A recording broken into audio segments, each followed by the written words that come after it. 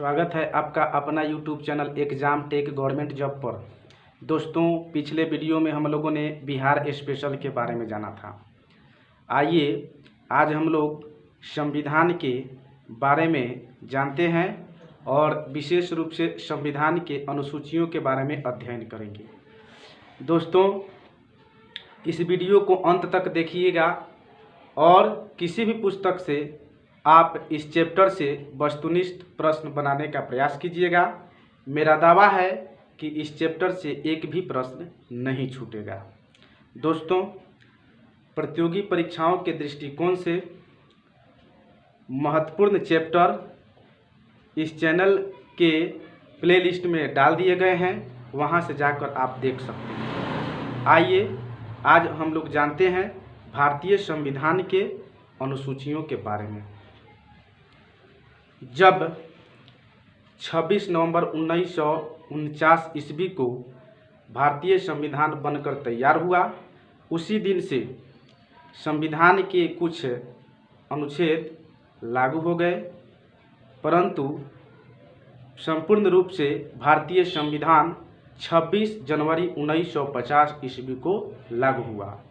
जिस दिन अर्थात 26 जनवरी 1950 ईस्वी को भारतीय संविधान लागू हुआ, उस दिन मूल संविधान में 395 अनुच्छेद अर्थात आर्टिकल 8 अनुसूचियां एवं 22 भाग थे। वर्तमान में भी 395 अनुच्छेद हैं और 395 अनुच्छेद को खंड क संशोधन करके 465 से भी अधिक कर दिया गया है संशोधन के माध्यम से। और संविधान संशोधन के माध्यम से ही जो मूल संविधान में 8 अनुसूचियां थी, वह वर्तमान में आज 8 + 4 बढ़ करके 12 हो गई हैं। अर्थात वर्तमान में भारतीय संविधान में 12 अनुसूचियां हैं और 22 भाग हैं। अब हम लोग इन अनुसूचियों के बारे में बारी बारी से अध्ययन करेंगे, जहां से प्रश्न बनते हैं। सबसे पहले हम प्रथम अनुसूची के बारे में जानेंगे। भारतीय संविधान के प्रथम अनुसूची प्रथम भाग एवं प्रथम अनुच्छेद में राज्यों के गठन अर्थात संघ, राज्य और संघ शासित प्रदेशों के बारे में वर्णन किया गया है। प्रथम अनुसूची में भारत के जो राज्य हैं उनका वर्णन किया गया, उल्लेख किया गया है। यदि राज्यों के नाम में परिवर्तन करना हो, राज्यों की सीमाओं में परिवर्तन करना हो, नए राज्यों का गठन करना हो, तो इन सब के लिए हमको प्रथम अनुसूची में संशोधन करना पड़ेगा। इसमें न्यायिक क्षेत्रों का भी, राज्यों के न्यायिक क्षेत्रों का भी उल्लेख किया गया है। वर्तमान में हमारे देश में 28 राज्य एवं 8 केंद्र शासित प्रदेश हैं। अब हम प्रथम अनुसूची में संघ, राज्य एवं केंद्र शासित प्रदेश हैं। केंद्र शासित प्रदेशों का वर्णन किया गया है। दूसरी अनुसूची में भारतीय राज्य व्यवस्था के जो विभिन्न पदाधिकारी हैं, जैसे राष्ट्रपति, राज्यपाल, लोकसभा के अध्यक्ष, उपाध्यक्ष, उच्च एवं उच्चतम न्यायालय के न्यायाधीशों तथा भारत के नियंत्रक, महालेखा परीक्षक इत्यादि के वेतन एवं भत्तों का वर्णन या उल्लेख किया गया है। दूसरी अनुसूची में प्रमुख पदाधिकारियों के वेतन, भत्ता एवं पेंशन का उल्लेख किया गया है। तीसरी अनुसूची में इन्हीं पदाधिकारियों या फिर कहिए कि विभिन्न पदाधिकारियों जैसे मंत्री, सांसद, विधायक द्वारा ली जाने वाली शपथ के बारे में वर्णन किया गया है। विभिन्न पदाधिकारियों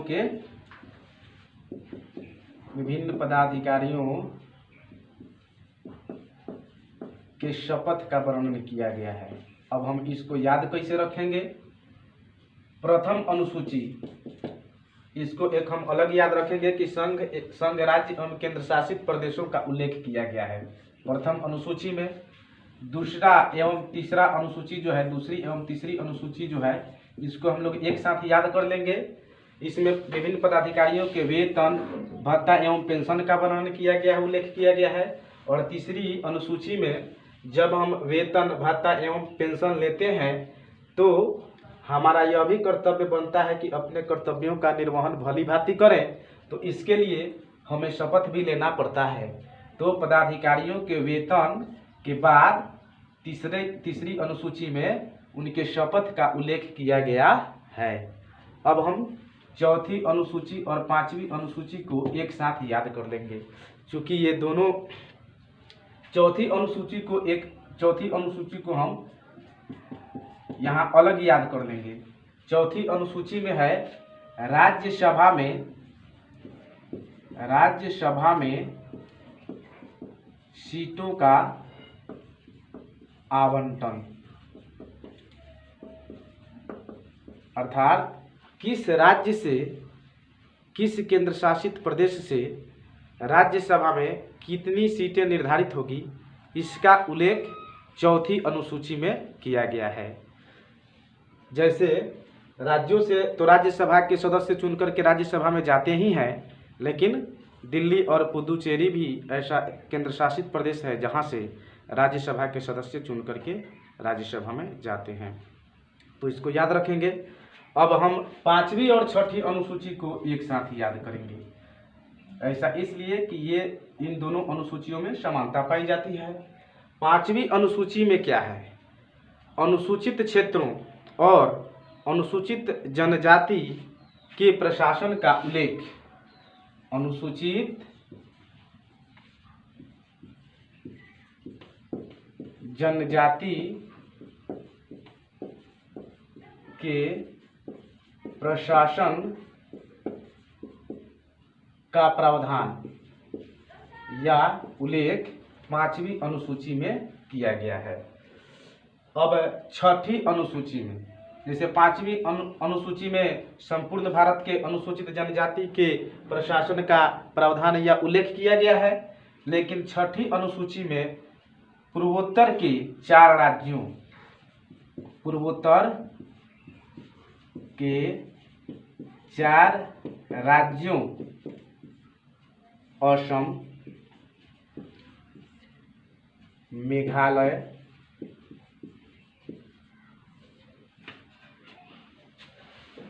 त्रिपुरा,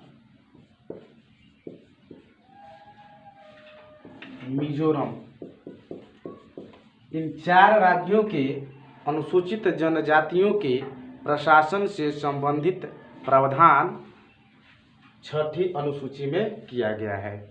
इन 4 राज्यों में जैसे असम, मेघालय, त्रिपुरा, मिजोरम है, तो मिजोरम और मणिपुर में विद्यार्थी कंफ्यूज हो जाते हैं। तो इसको आसानी से हम कैसे याद कर सकते हैं, जैसे ऐसे बहुत सारे यूट्यूब चैनल पर आप देखते भी होंगे, अपना अलग अलग तरीका से लोग बतलाए हैं, लेकिन इसको याद करने का आसान तरीका है, जैसे एटीएम मशीन, तो ए से हो गया असम, एम से हो गया मेघालय, टी से हो गया त्रिपुरा, एम से मिजोरम हो गया।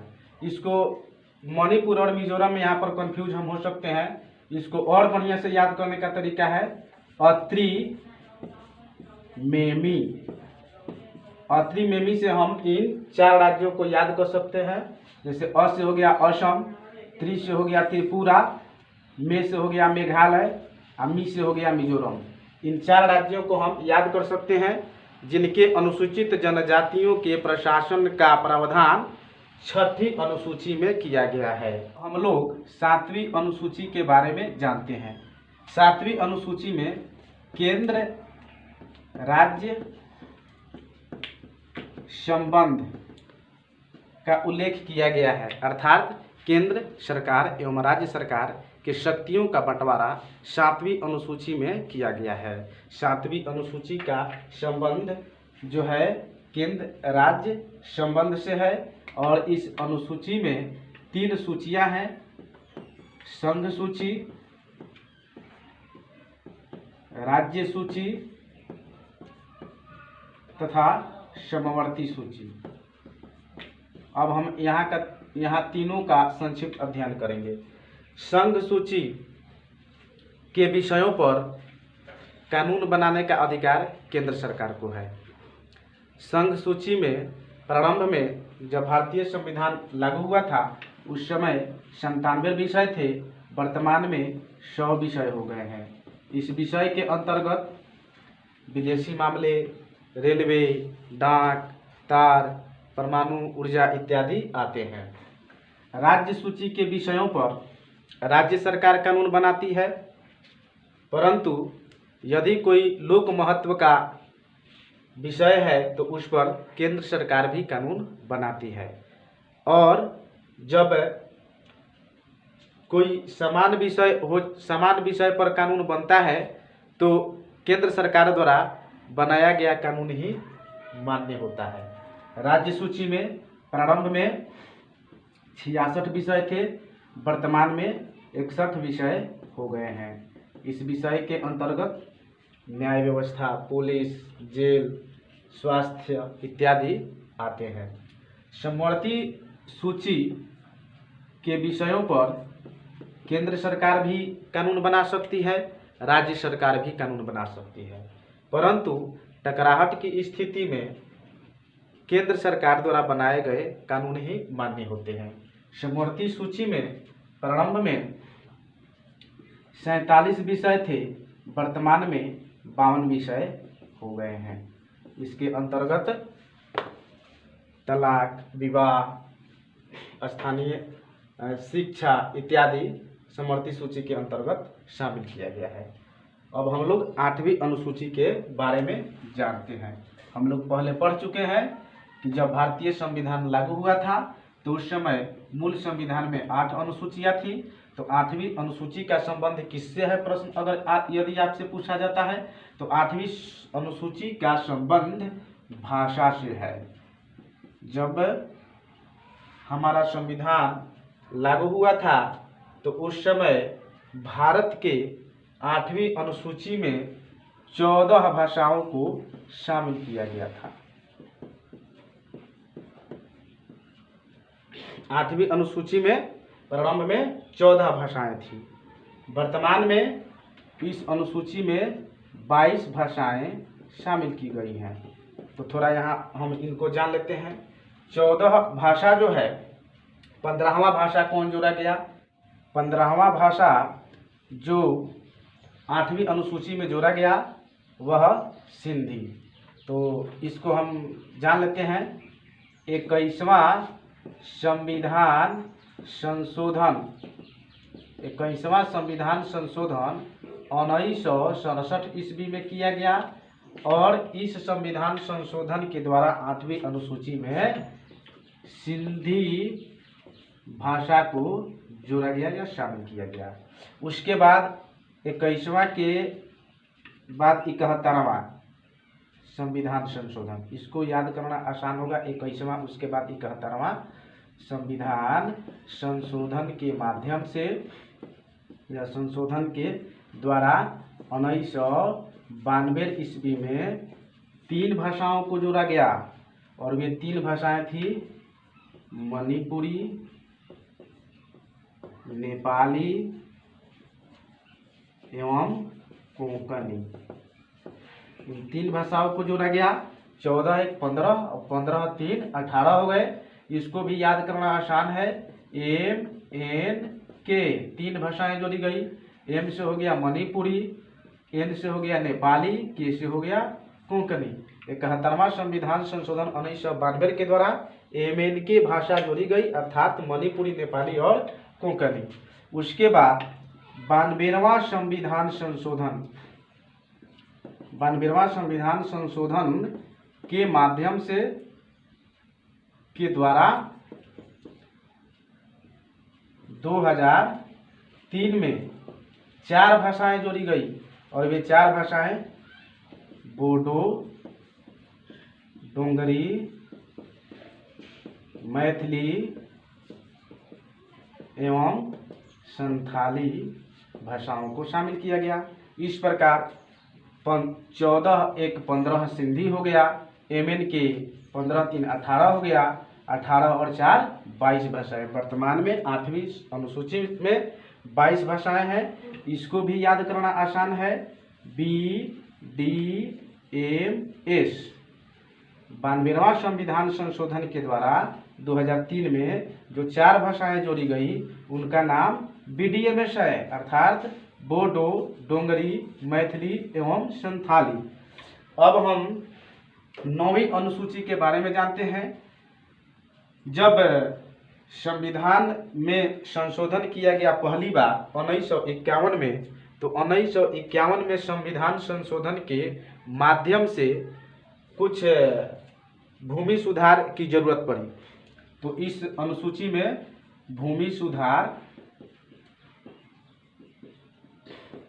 अर्थात जमींदारी प्रथा का उन्मूलन किया गया और इसी अनुसूची में तमिलनाडु के आरक्षण को शामिल कर दिया गया। 9वीं अनुसूची की एक विशेषता है कि 9वीं अनुसूची में जो भी विषय शामिल कर दिए जाएंगे उसको न्यायालय में चुनौती नहीं दी जा सकती है, परंतु यह कुछ माने सीमित कानूनों के लिए या फिर विषयों के लिए था। परंतु 9वीं अनुसूची में वर्तमान में 284 से अधिक कानूनों को या फिर कहिए कि विषयों को शामिल कर दिया गया है, जिससे उच्चतम न्यायालय की एक पीठ ने ऐसा निर्णय दिया है कि 9वीं अनुसूची के विषयों को भी न्यायालय में चुनौती दी जा सकती है यदि वह मौलिक अधिकारों का हनन करता है। ऐसा यह निर्णय 2007 में उच्चतम न्यायालय की एक पीठ ने सुनाया है। तो 9वीं अनुसूची का संबंध भूमि सुधार से है, जमींदारी प्रथा का उन्मूलन से है और तमिलनाडु का आरक्षण इसमें शामिल किया गया है। 10वीं अनुसूची, ये 9वीं अनुसूची 1951 में प्रथम संविधान संशोधन के माध्यम से जोड़ा गया। प्रथम संविधान संशोधन के माध्यम से जोड़ा गया। 10वीं अनुसूची दल बदल से संबंधित है। दल बदल से संबंधित है, अर्थात एक पार्टी के लोग जो थे, नेता जो थे, दूसरे दल में शामिल हो जाते थे और इससे सरकारें प्रभावित हुआ करती थी। इसलिए ये 52वां संविधान संशोधन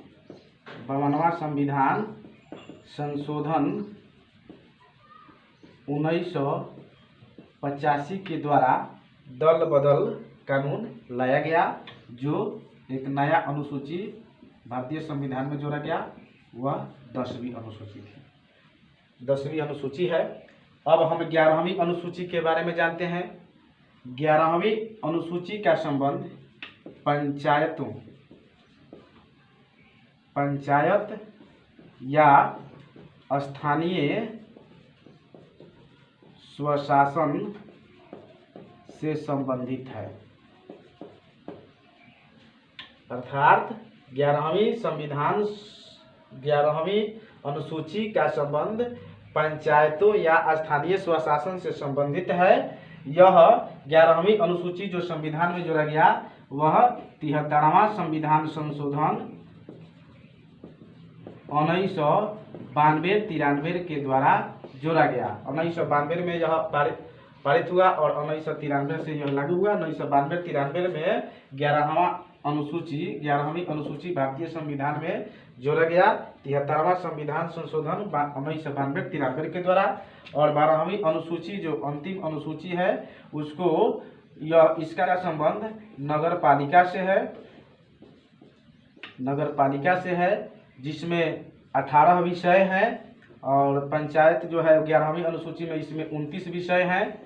स्थानीय स्वशासन के अंतर्गत 29 विषयों को शामिल किया गया है। 12वीं अनुसूची का संबंध नगर पालिका से है, जिसमें 18 विषयों को शामिल किया गया है। और यह 74वां संविधान संशोधन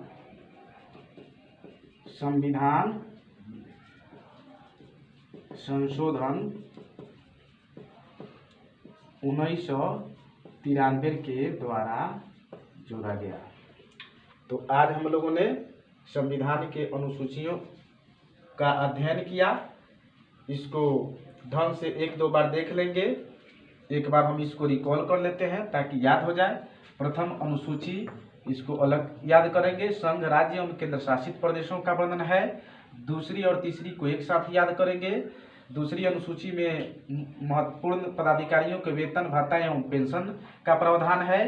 तीसरी अनुसूची में विभिन्न पदाधिकारियों के शपथ का प्रावधान किया गया है। चौथी अनुसूची में राज्यसभा में सीटों का आवंटन किया गया है। पांचवी और छठी को एक साथ याद करेंगे। पांचवी अनुसूची में अनुसूचित जनजाति के प्रशासन का प्रावधान है और छठी अनुसूची में पूर्वोत्तर के 4 राज्यों असम, मेघालय, त्रिपुरा, मिजोरम के अनुसूचित जनजातियों का प्रावधान है। 7वीं अनुसूची का संबंध जो है वह केंद्र राज्य संबंध और या केंद्र राज्य के शक्तियों का बंटवारा से है। 8वीं अनुसूची का संबंध भाषा से है, जिसमें वर्तमान में 22 भाषाओं को शामिल किया गया है 8वीं अनुसूची में। अब 9वीं अनुसूची प्रथम संविधान संशोधन 1951 के माध्यम से जोड़ा गया, जो भूमि सुधार से संबंधित है। 10वीं अनुसूची 52वां संविधान संशोधन 1985 के द्वारा जोड़ा गया, जो दल बदल से संबंधित है। 11वीं अनुसूची 73वां संविधान संशोधन 1992-93 के द्वारा जोड़ा गया, जो पंचायतों से संबंधित है, स्थानीय स्वशासन से संबंधित है। इसमें 29 विषय हैं। 12वीं अनुसूची भारतीय संविधान में 74वां संविधान संशोधन 1993 के द्वारा जोड़ा गया, जो नगर पालिका से संबंधित है और इसमें 18 विषय है। दोस्तों, यदि आपको यह मेरा वीडियो पसंद आया होगा तो लाइक करें, अपने दोस्तों के साथ अधिक से अधिक शेयर करें। धन्यवाद। ये लास्ट में